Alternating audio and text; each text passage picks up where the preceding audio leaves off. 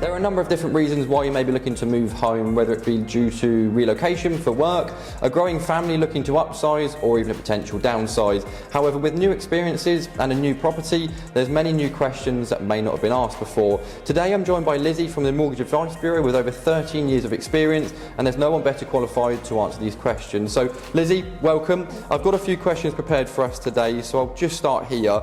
Is there anything that changes mortgage application process in regards to additional fees that may affect my mortgage application? So there may be a few fees that you didn't pay as a first-time buyer. Yep. So you may not pay stamp duty, depending on when you purchased, what the government had at that time, yep, what schemes. So you'll have stamp duty as a home mover. Yep. Your legal fees may be slightly higher because that's dependent on property value. Yep.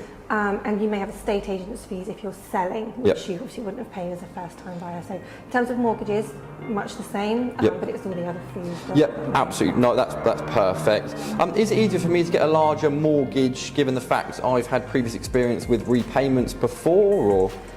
So it's still all based on your income and your outgoing. So they'll do an affordability assessment and a credit check. Yep. So if you had a mortgage but you've had sort of big credit issues since then, you may not be accepted. Yep. But if everything's gone fine, you've maintained your payments, it will be based on your income and your outgoing.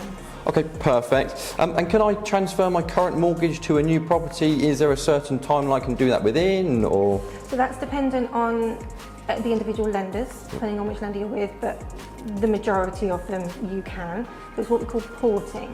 Yep. So whatever your balance is on a particular interest rate on your current property, yep, you can pretty much pick it up and move it to a new property. Perfect. Now if you're upsizing, you may need to borrow more. Yep. So you will have a second part to your mortgage. Let's say you need an extra 50,000.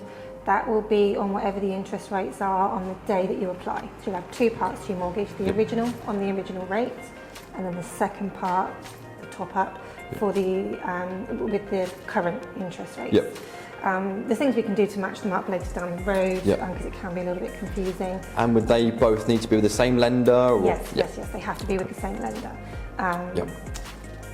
The other option you have potentially is you can pay off that mortgage and get a whole new mortgage with another lender, but you'd incur an early repayment charge if you're within your benefit period. Yep. So it's a 5-year fix.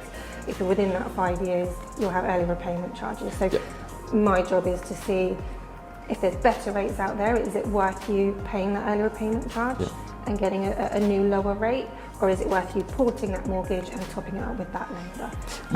So yeah, that's the kind of things that we look at when you're moving home. Yeah, and that's a discussion that you'd have with a potential client as well. Brilliant. Okay, and is there anything that would change my maximum lend amount, such as children fees, nurseries, etc.? Or? Yes. So if you have had a child since the last time you applied, then that does reduce your maximum loan amount because it's a dependent. Yep. So obviously you've got to feed them clothes. If you have school fees, nursery fees, that will also potentially reduce your maximum borrowing amount. If you're currently on maternity leave, we can look at your pay when you're due to go back. Okay. So it doesn't, you don't necessarily have to wait until you're back at work if you're currently on maternity leave. Yep.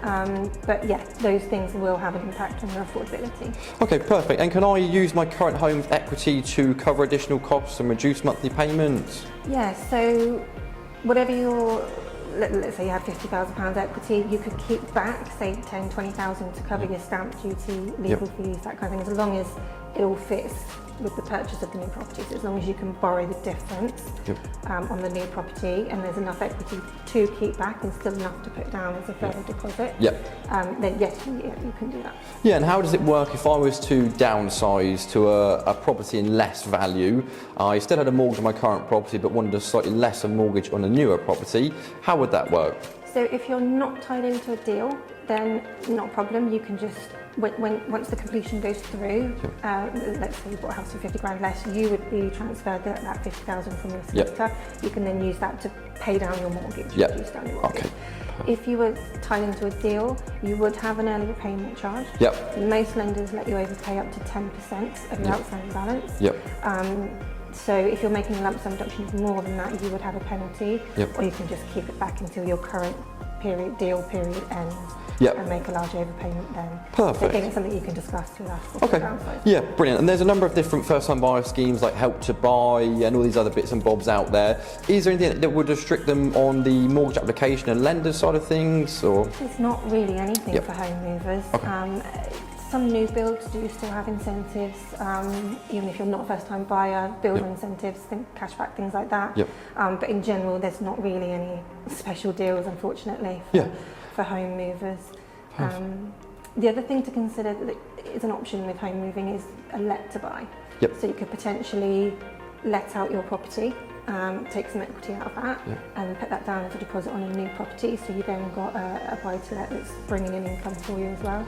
Yeah, I suppose I'd just touch on that point as well with a buy to let. Is there, also a let to buy, is there any maximum salary caps, or does income come into the equation there as well? That's lender dependent. So some lenders don't have a minimum income at all, and the amount that you can borrow is all based on the potential rental income. Some lenders do, but it's normally about 20-25k. So yeah, it's still dependent on the rental income. It is still capped at 75% loan to value. So if you've got more than that, you wouldn't be able to do it.